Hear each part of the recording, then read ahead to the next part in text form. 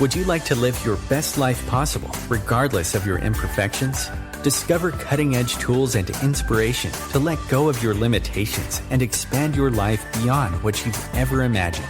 On Imperfect Brilliance, we help you tap into your unique gifts and talents, uncovering and letting your brilliance shine. Join certified facilitator and coach Betsy McLaughlin as she delves into different areas of your life to get unstuck and create the life that is truly possible for you. Betsy has changed her life by utilizing the tools and techniques she is sharing with you. What if your willingness to acknowledge your brilliance is the catalyst to creating a new reality? When you stop judging you, what else can you create in your life and in the world? Join Betsy live every Tuesday at 6 p.m. Eastern to create magical and joyous possibilities for an hour of laughs, questions, tips, and more. We are excited to contribute and play with you.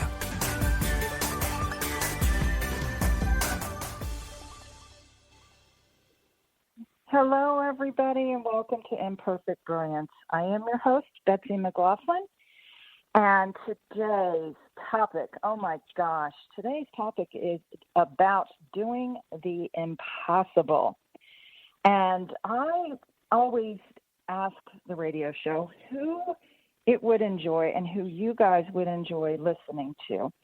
And the answer for today was my amazing guest, Aradhana Tewari, and she lives in India, and she is a certified facilitator with Access Consciousness, like I am, which is how I met her, and she's also a Being You certified facilitator. And she recently climbed Mt Everest. And so I thought, oh my gosh, what an amazing story that I cannot wait to hear way more about. So have you ever desired to create something in your life and you decided that it was impossible? And I can only imagine some of the stories that we're going to hear today about weathering intense storms on the mountains, and how can we apply those tips about what she has accomplished and the things that I'm sure she had to overcome. How can you apply these things to your life, whatever it is you're doing? So, and if a storm strikes, do you run for cover or do you forge ahead? So a little bit about my beautiful guest. She has been working in the corporate world for 10 years. She's had positions. She is just an amazing, amazing, amazing being.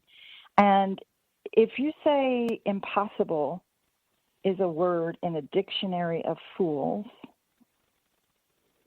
what if she says it's been the mantra of her life.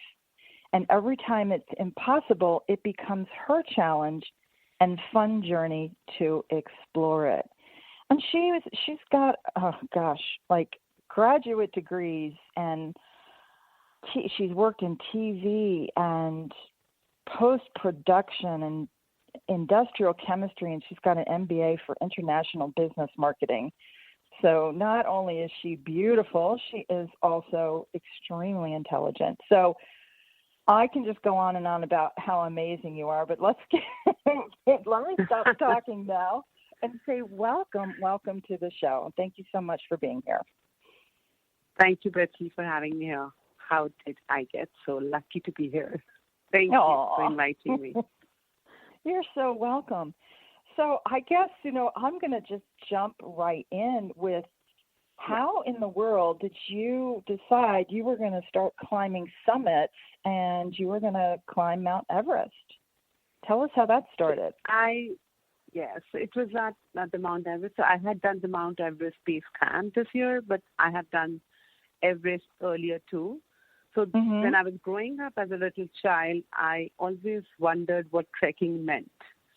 And I had no clue what trekking is, but I knew that you have to go climb or hike something, and you have to keep walking all the time.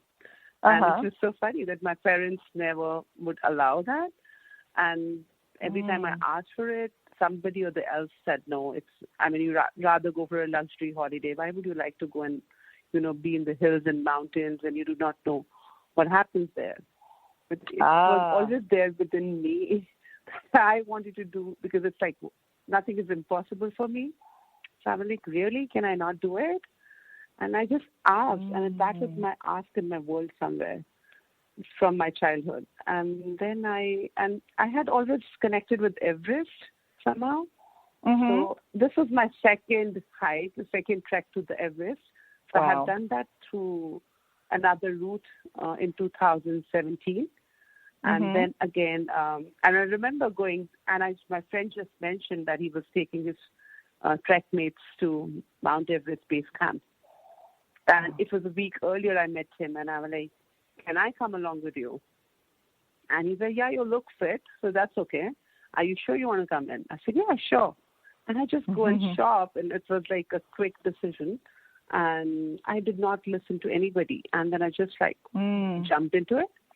And I just started trekking. And I remember every step I took. I was like, who the hell asked me to be here? What made me choose this? I would never suggest this to anybody ever. and it was funny. And I was like, now what do I do? What do I be? And I always also go with this never give up, never give in, never quit.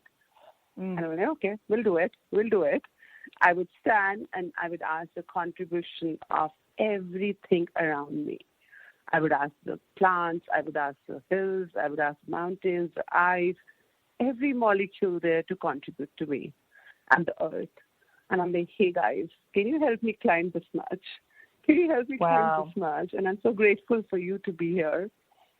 And what can you contribute and what can I contribute here while going up there? And that was so amazing, Betsy. It was like, oh my God, it was like everything looking at me, smiling, giggling. And I would get a breath and I would go up and go up.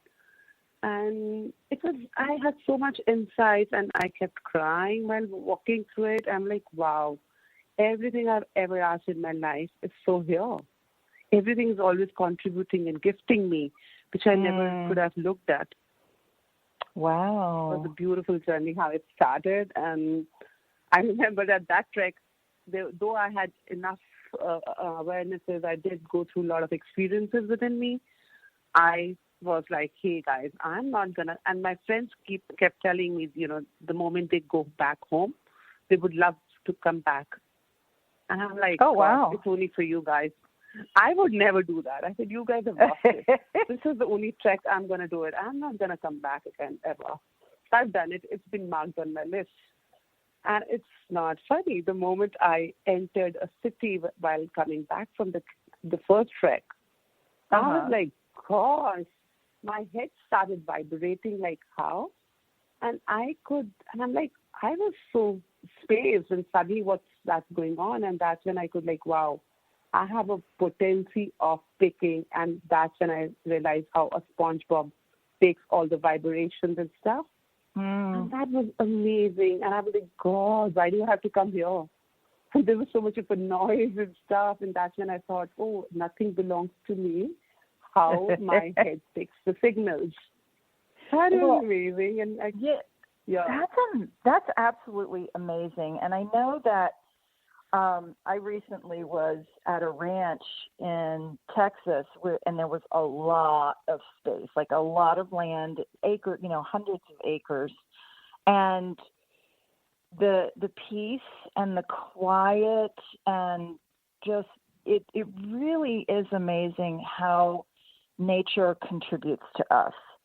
And I love what you shared with us about asking everything to contribute to your body and contributing to every single step you were taking as you were doing your trek.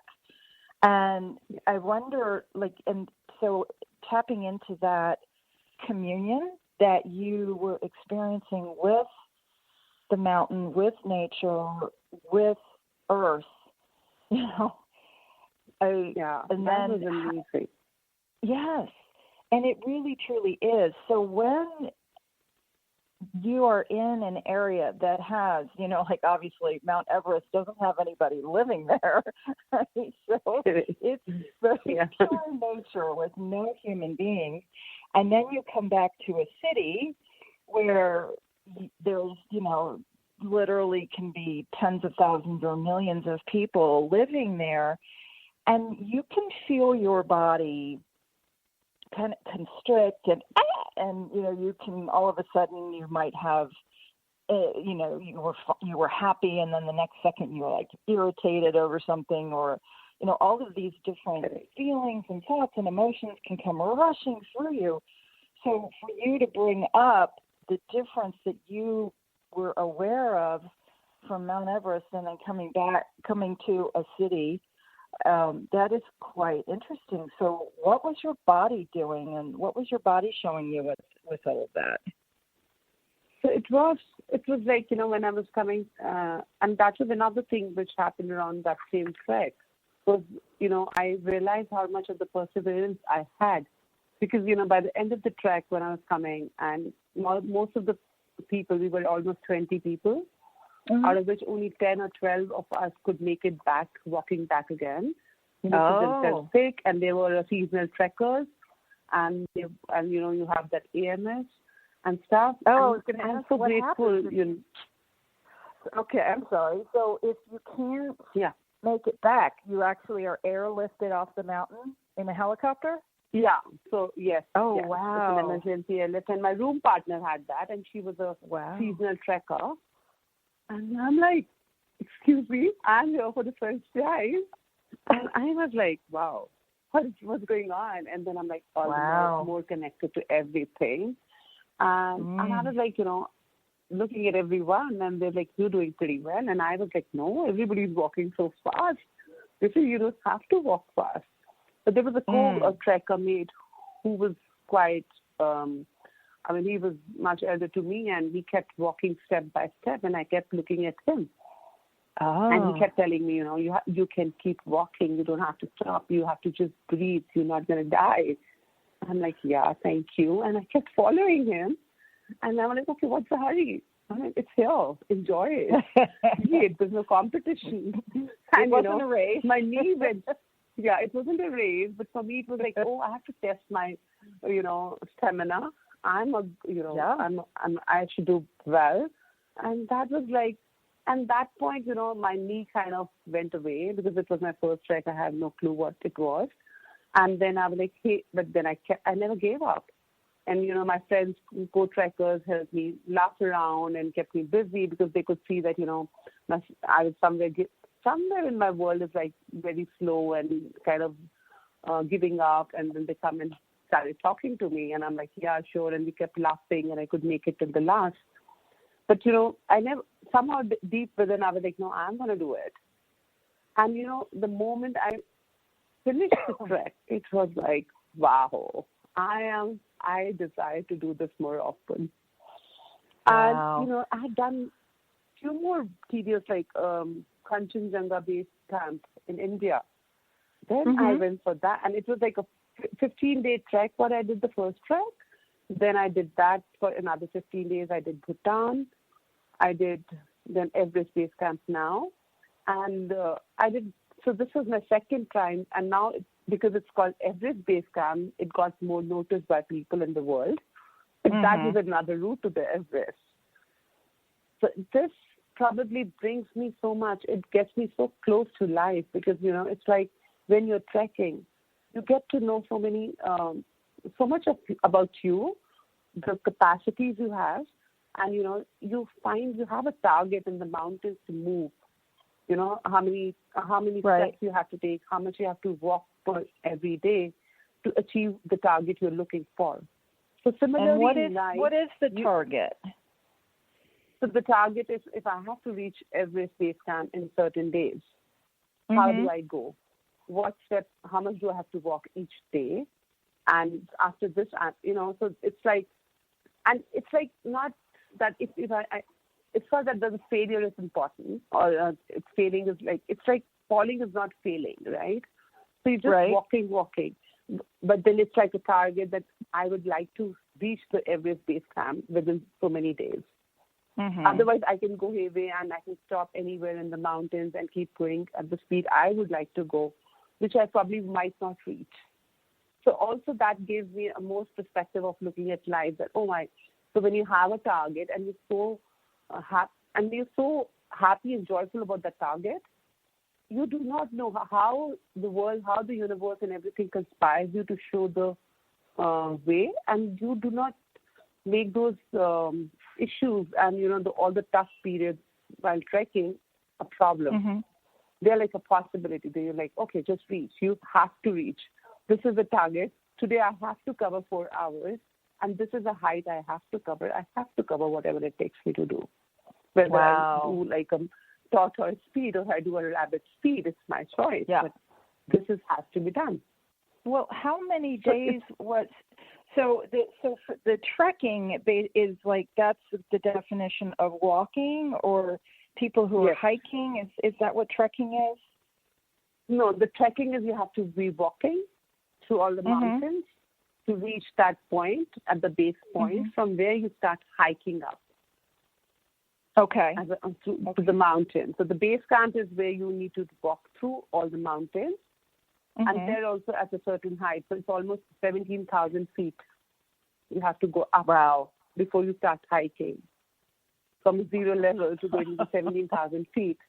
It's quite an amazing target. Holy moly. Like, can I do it? And the best part of it was, Betsy, I never thought what it was. I just knew I have to go. And people ask me, why did you choose such a tough trek? Your first trek is such a tough trek.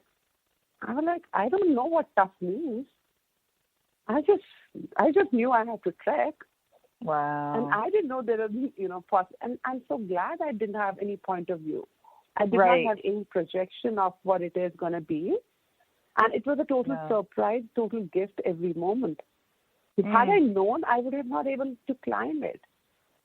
Right. With the same route. So it's a gift, and we want to know everything in our life beforehand. We want to conclude it before, which kills us. That is so true. Well, we're at our first break. Thank you so much for listening in today. And we will be back to hear more about the adventures of climbing and trekking and life with my guest, Aradhana, and we'll be back soon.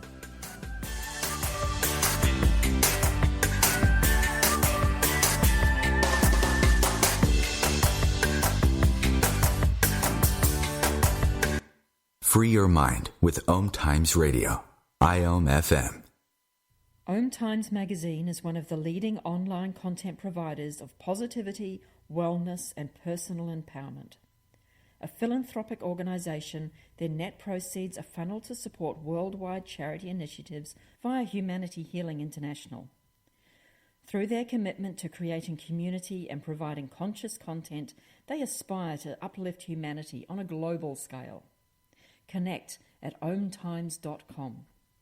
OMTimes, creating a more conscious lifestyle.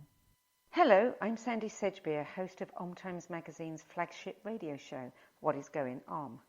My passion is sifting through information, research and innovations from new thought teachers, speakers and researchers, pushing back the boundaries of what we know about life, energy, metaphysics and the universe. I love shifting perceptions about who we are, why we're here, and how quickly impossible becomes normal when we open our minds, expand our awareness, and accept that the only limits that exist are those we place upon ourselves. So if you're the kind of forward-thinking, eager investigator of what lies beyond the current reality that most perceive, why not make a date to come play with me in the field of possibilities at 4 p.m. Pacific Time, 7 p.m. Eastern Time every Thursday, and together we can discover what's really going on. Dad, this is fun. I didn't think I liked kayaking. Well, I'm glad you enjoyed it, but I think it's time to head back in. Okay. Can we come back? Sure. Hey, be careful getting out of the boat. It's a kayak, Dad. I'm going to return the kayak. Can we walk home? How about a taxi? It's a short fare from your neighborhood to your naturehood. Visit discovertheforest.org to find a neighborhood park or green space near you. Brought to you by the Ad Council and the U.S. Forest Service.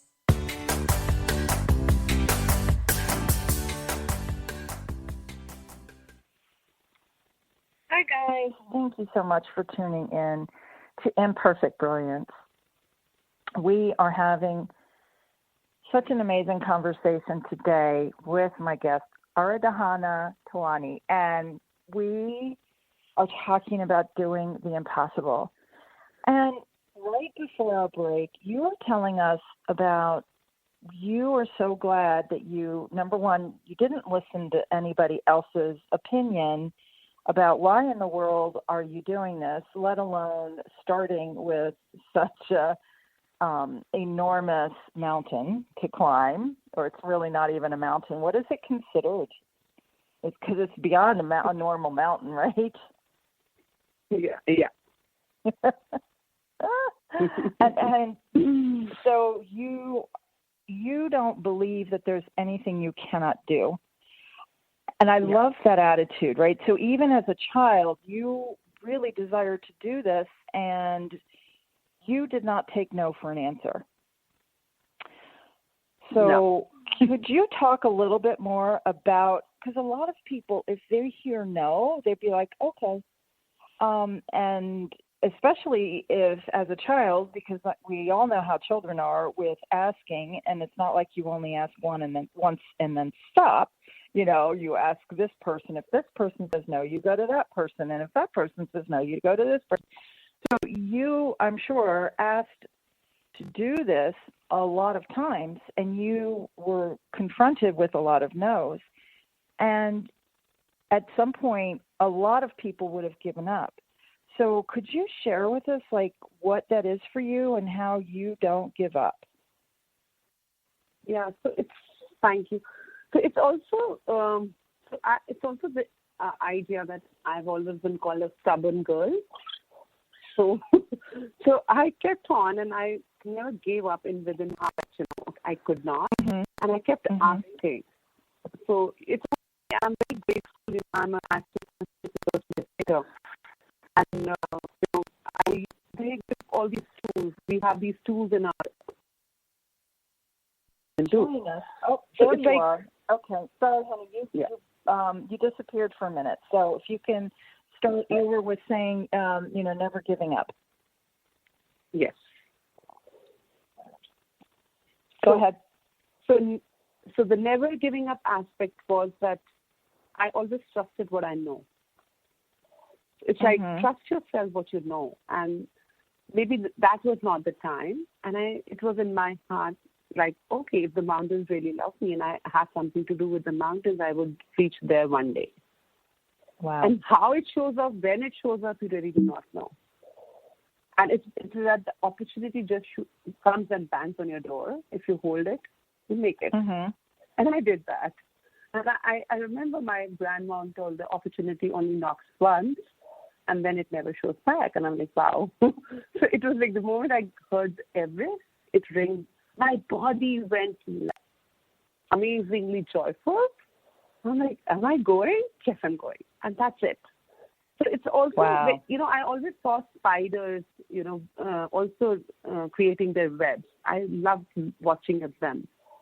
And, and I kept seeing them, how they're falling and getting up, falling and getting up, and then creating that beautiful web. And it's so intricate. It's amazing to look at the result. So I'm like, if they can do and have that patience, why could I not have it? So in my deep within, I never give up whatever I've kind of thought of. And it's easy to give up. I mean, that's not fun for me. Yeah. So it's like, I always like, everything is easy to give up. To hold it is something which is will be different in my world. So I was like, okay, easy everybody can do. What if I can do what nobody can do? Wow. Well, so that's one of the how things. I take it. Oh, I'm sorry. I thought you were done. No, go ahead. One of the things that you sent me was talking about once you cross from uncomfortable, the joy and the beauty is unexplainable, and that the thrill and the adrenaline rush that seeps in, and you become amazed at your capacity to choose greater. Yes. So it's a beauty, when I reached that Everest, this time again, there was, so I took this Everest base camp again, and the half of the way towards the Everest base camp was exactly the same I did in the first go. Okay. So that started being boring for me. And I was like, would I like to do it? And what is it that I'm doing it again for? And then I went to my captain, Maninder Kohli, and I asked him, I was like, hey, why am I doing it? I just did it 2 years back. He said, no, it's a different way, and now it's Everest base camp. I said, okay. He says, keep it on, we'll go, and let's see what it creates. And then we go further, let's see. And the moment I stepped into that zone, which I hadn't done, and the different paths then we took, oh my God, it was so beautiful. Words, no pictures can capture that thrill. And I was like, I did it, and I'm there, and you were 360 degrees covered with beautiful, big, huge mountains of ice. So that was a breathtaking view, which probably I could have not ever done it otherwise if I would have not walked until then. So it's like, I was very comfortable in wherever, but the moment I stepped beyond my comfort zone, it was into that uncomfortability. Okay, let me go ahead and play with it. Oh my God, life is so beautiful. And it's like, okay, I'll do it again. Now it's like, okay, what else? If I could do this, now what else can I do? My goodness. Like, what else? Yeah. What else?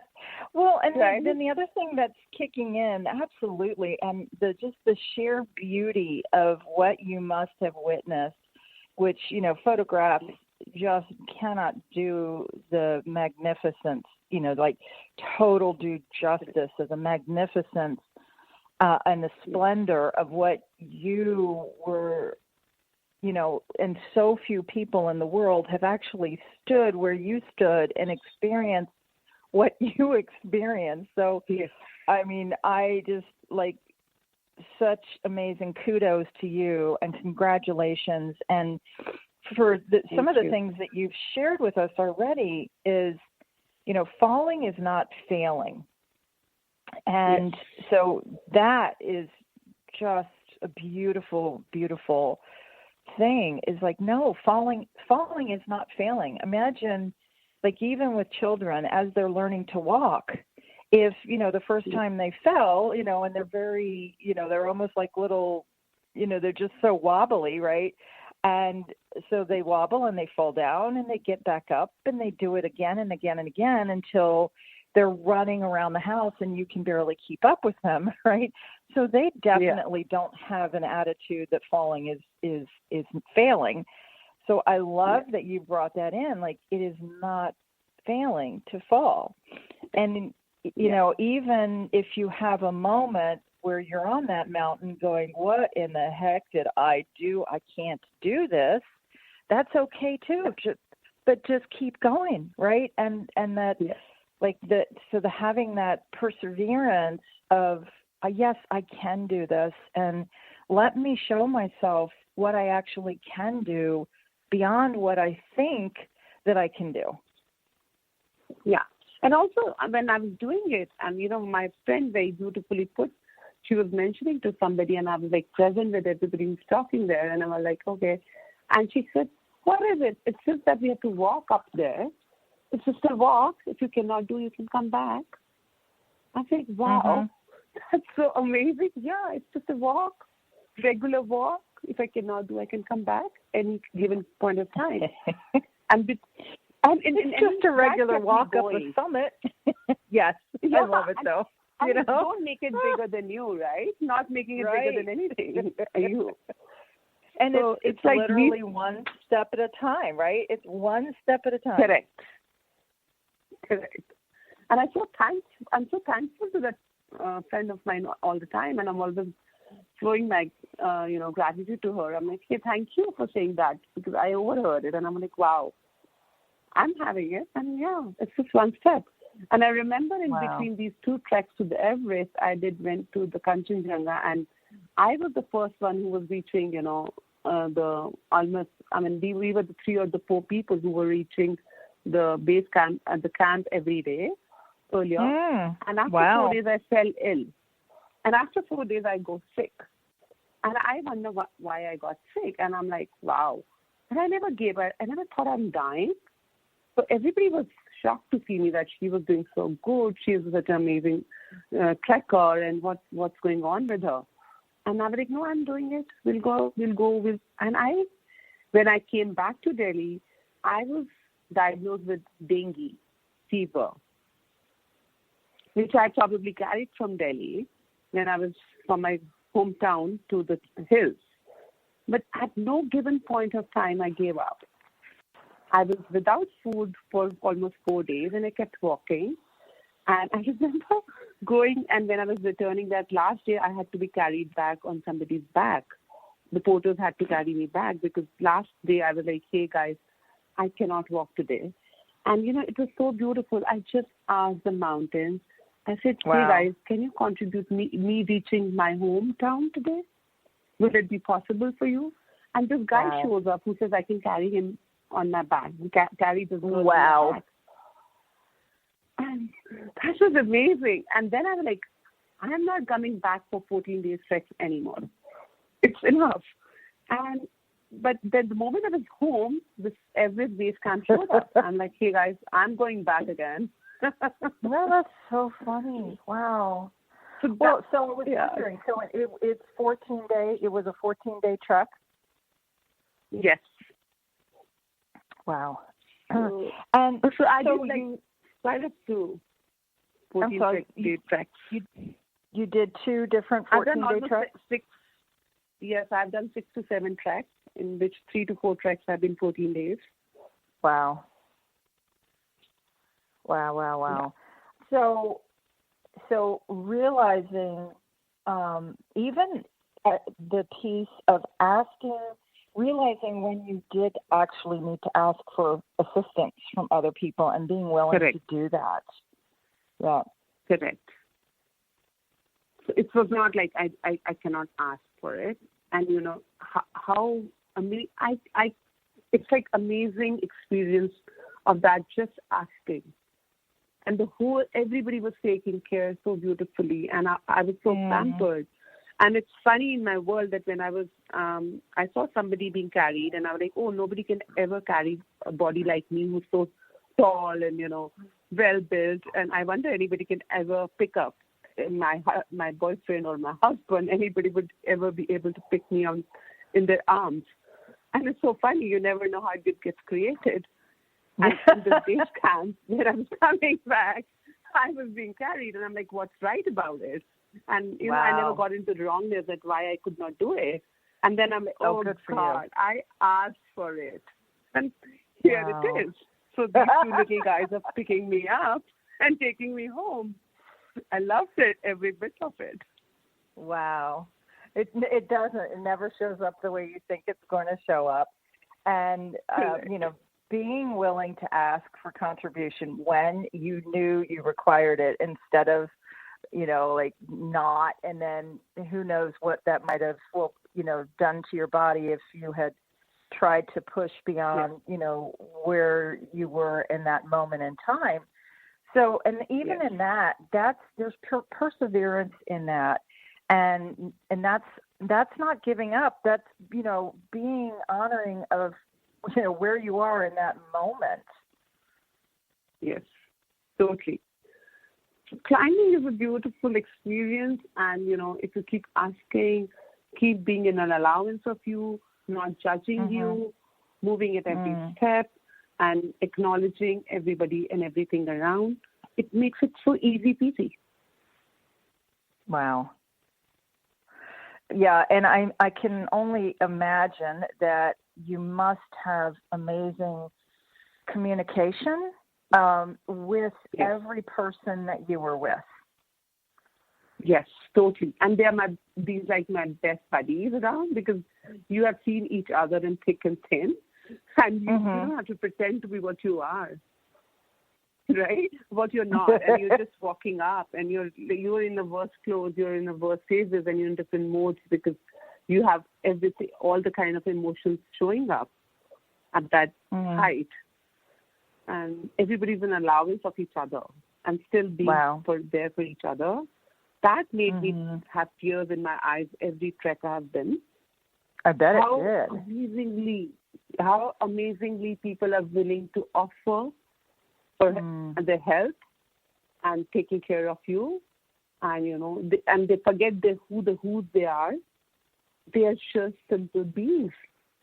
Yeah, there's not going to be any separation in the mountains, and it doesn't matter who you are, what you do for a living, how much money you make, how much money you don't make, and all of that disappears, right? And you literally are in total communion with each other and in total gratitude for everything that is going on. And that is such a beautiful energy that you are conveying to all of us. And I'm actually getting chills right now just even saying all of this. So I am so grateful that you are sharing this amazing experience with us. Yeah. There's so much to share, Betsy. I sometimes now feel sense that you keep writing every experience, every moment. It's an experience in itself, and it's actually I just always say that just be willing to be uncomfortable. That there's so much of gift in it. There's so much of fun in it, and that's when I see that when we stop having that fun in our lives, that's when we look for artificial substances in our life. Maybe drugs or alcohol or whatever substances we need to, or television, or because we are not getting that adrenaline rush from day-to-day activity. But then if you go out, play with what makes you actually joyful, it just creates more. So, I'd rather be comfortable. Sorry. All right, you guys, here's our second break. We'll be back in just a couple minutes. Thank you so much for listening in.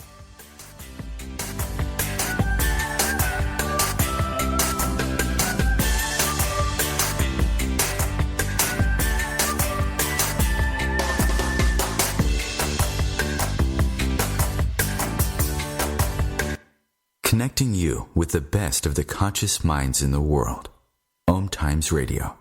IOM FM. Ascending Hearts is no ordinary dating site, but a spiritual dating site with a purpose, to link you with your soulmate. We engineer the serendipity so you can trust that you will attune with someone that has the same matching vibration as you. Ascending Hearts, the conscious dating site for the spiritually aware. Try Ascending Hearts for free. AscendingHearts.com. Hello, I'm Lisa Berry. Join me every Monday at 1 p.m. Eastern Time for Light on Living. A chance to see new, hear different, and feel more as I shine the spotlight on all the ways to lighten the load of life's challenges. Light on Living is your link to that new way you're looking for, that new understanding that will enhance your life, and that positive connection that will support your growth. So join me and you'll gain insight and start to see things in a new way that motivates you. I adopted Bento in 2010 from a shelter. This cat makes me make art. He's always motivating me to draw pictures of him. He just is motivating artistically. He's my best friend, but a lot of people know him as Keyboard Cat. Keyboard Cat, YouTube star and shelter pet. Amazing adoption stories start in shelters. Start yours today.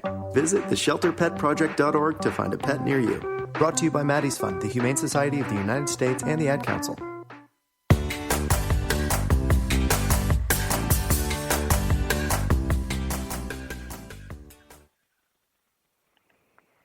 Hi, everyone. We're back talking today with Aradhana about doing the impossible and never saying no, overcoming obstacles, getting up when you fall down and it's not failing, keep going, never, ever giving up.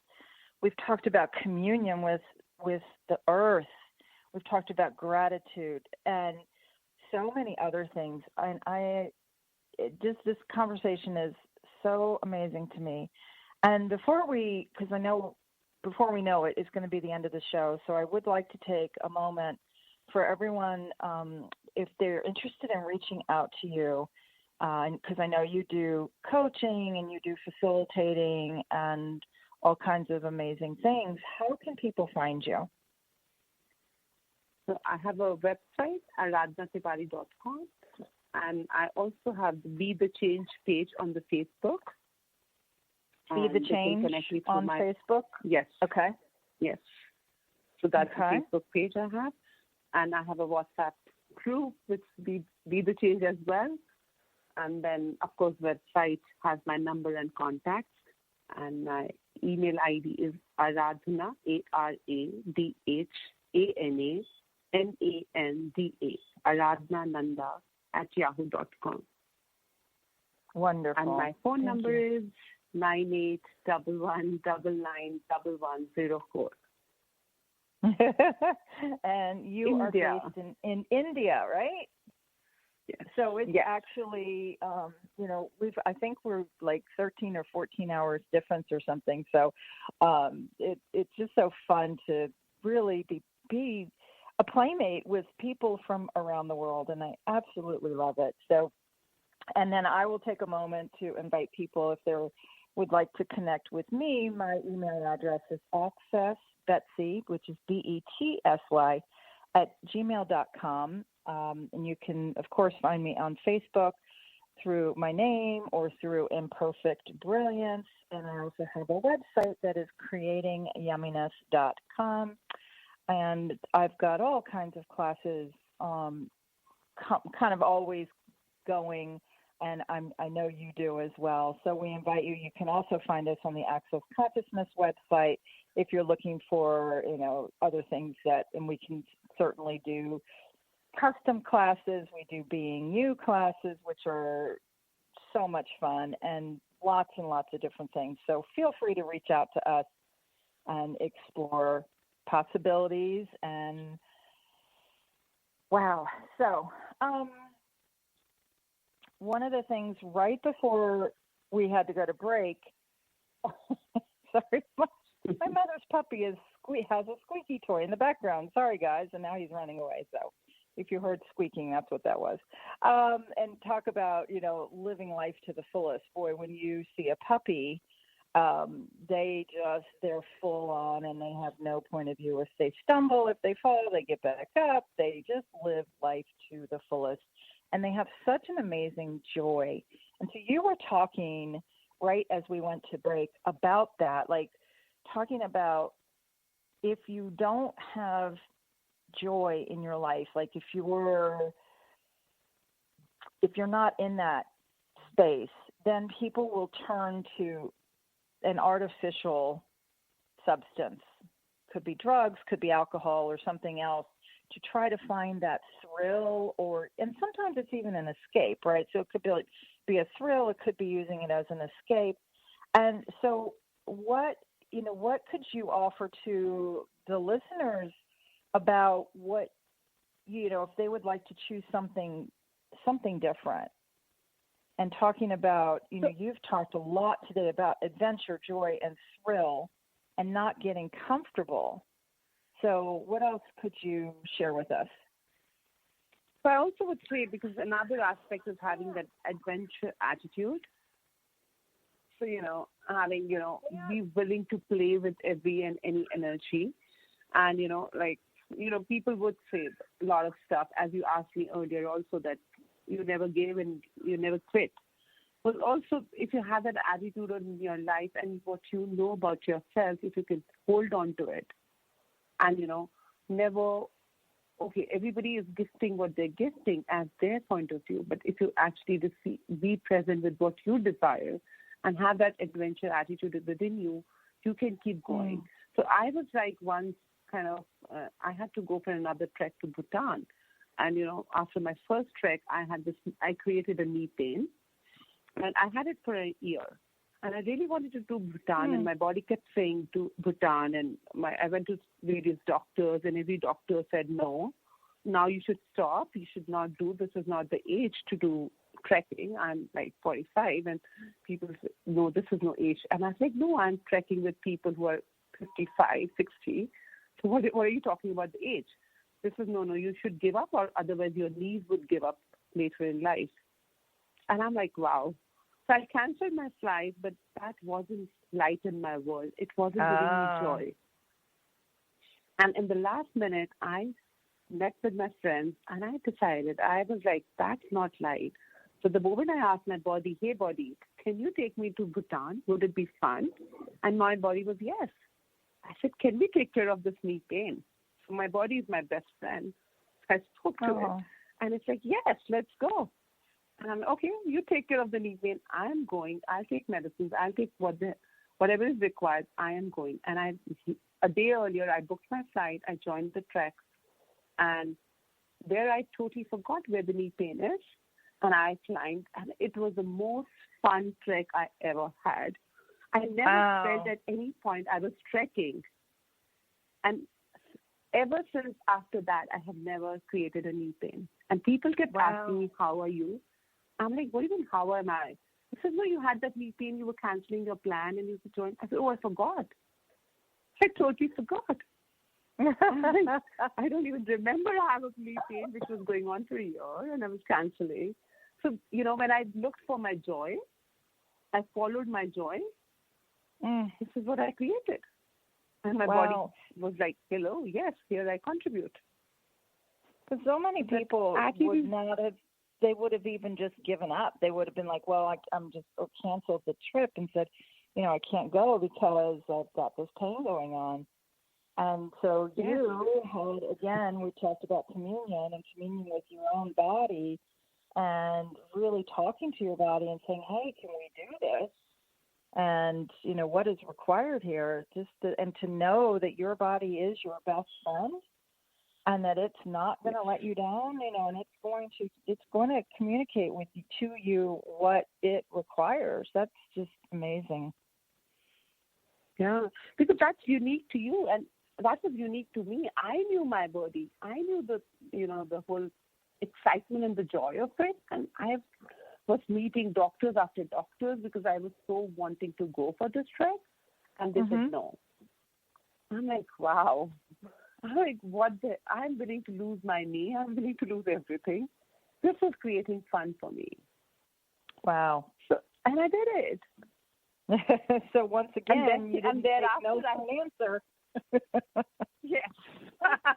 So it's like you always have the answer within you. You're trying to find a match, and when it doesn't match it, and you still choose to do what you do. So if you acknowledge it, that you know what you know, and you follow your knowing with total joy and ease, what fun it is. Oh, my God. Wow. It just creates. And really, like, following your knowing, and there's so much there of truly knowing what you can do and what you're capable of. And, wow, there's so much information there. Yeah. So that's an adventure attitude, I call it. It's like, if I choose it, and it's fun for me, it's joy for me, I will choose it, whatever it takes me to. Mm-hmm. And, mine does overtake. So I did cancel my tickets, but then, and then I'm like, no, that's not fun. He might stay away. Well, so you canceled your tickets and then you bought some more, right? Like, and so just in that willingness to, and that a lot of people could look at that as like, well, I canceled my tickets. That's going to cost me more money, so I'm not going to do it. And that's kind of in that same vein of, hey, I might have fallen down, but and I'm not failing. I'm not giving up. I'm going to keep going. And however it shows up, it's showing up.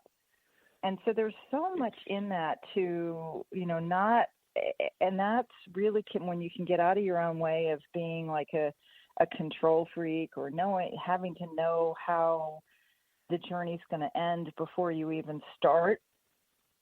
And, overcoming illnesses, injuries to your body, not being able to walk for part of the trek.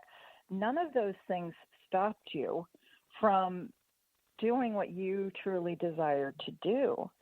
And there's, that's a lot. That's kind of a metaphor for life, isn't it? There's going to be a lot of things along the way that can knock you down and have you, you can choose to lock yourself up in your house and never do anything.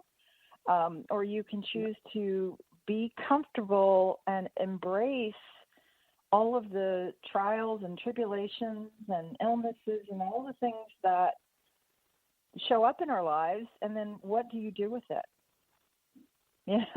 So yeah, I would say that if you have a clarity in your head, nothing can stop you. It's you who can stop you. Nobody other than you can stop you. That's so true. Nobody but you can stop you. Wow. Yes. It's, no money, and people can make money as a reason. They can make their husband as a reason, their family as a reason, but they're hiding behind it. That's it, because they're actually not willing to choose it. Choose you, and you'll have the fun of life. Choose you, and you will have the fun of life. Wow, that is so beautiful. So I wonder, for anybody who is listening to this, who might be saying, wow, there's some areas of my life where I'm not choosing me. That's okay, and what would it take to not judge you for anything that you're realizing, hey, maybe I haven't been choosing me, and what could you do now to choose you? And with no judgment, right? No judgment along the way. And it's never too late.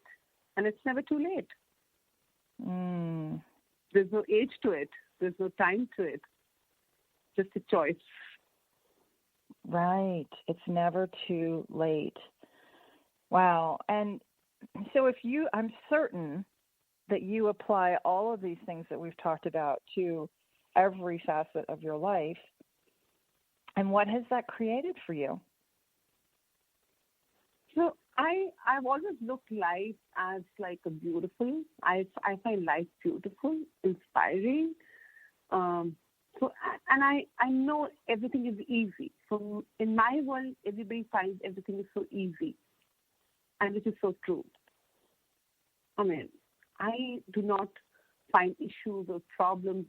I don't make anything bigger and greater than me.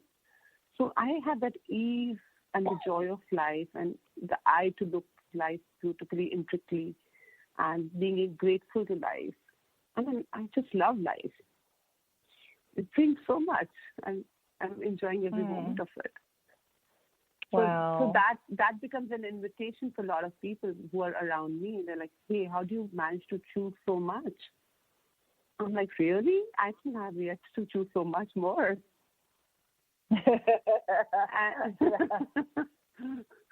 And a lot of people who do not know, even my access friends, are like, oh, do you have that side of yours? I said, of course.